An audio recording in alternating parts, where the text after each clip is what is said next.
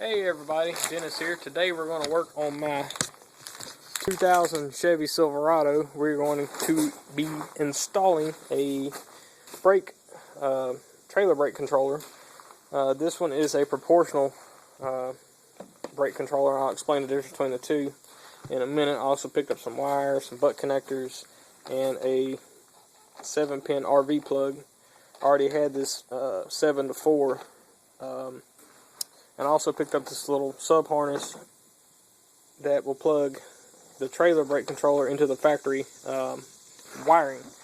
This truck did not have a did not have a tow package from the factory. I actually installed the hitch on it myself about 2 years ago when I moved.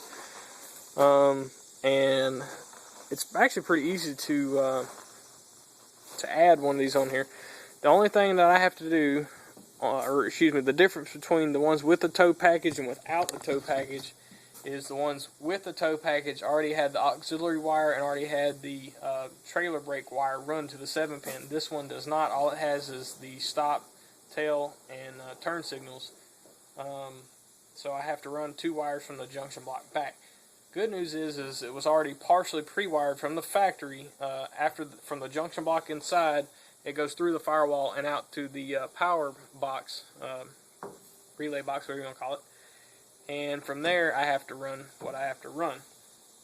There's 2 types of trailer brake controllers. There is proportional, which is the one that I got, and then there's a time delay. I honestly don't know why they sell a time delay. To me, it doesn't make any sense, especially when you're hauling something heavy.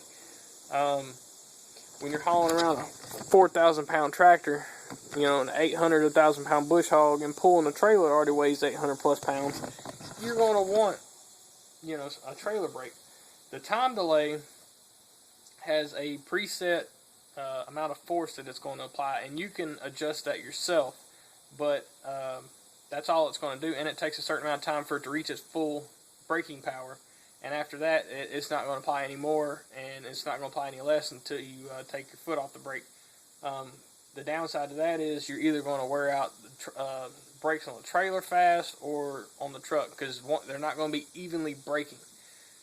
The proportional has a inertia switch in it, and it detects the G-force of the truck as it's trying to stop. It detects how hard it's trying to stop, and then interprets that and knows how much braking force to apply to the trailer. That's why, to me, it makes more sense. If you're trying to stop hard, you're going to need the trailer stopping just as fast. Otherwise, that trailer, to me, could still swing around on you. You don't want that to happen. All we're going to do today is probably get the RV connector installed on the truck and probably just bolt it up because it's getting close to getting dark. I can go ahead and show y'all. Hopefully, there'll be enough light in here. I already took the cover off on the floorboard there, so I'll show that to you. Oh, I'm gonna need some light. Can't really see that too well. I'll have to get a light for that, but I'll come back to that in just a second. But I already went ahead and took the junction block cover off, and actually you have to remove this brace that sits right here. It's 4 13mm bolts, and then when you pop this cover off, this big honking cover right here, it shows all your fuses and everything in the wire harness. You have the red wire and the blue wire that are right here. They're just taped down there, okay? The red wire is your power wire going back through the firewall to the brake controller, and then the blue wire is your brake output from the brake controller. This one I'll have to splice into and then run back. I also will be tapping this one after I plug it into the fuse here, and then run another wire back, and that'll be my auxiliary. So that's what I got to do. I'll get y'all set up here in a minute, and y'all can watch me install the 7-pin connector. But that's where we're at right now.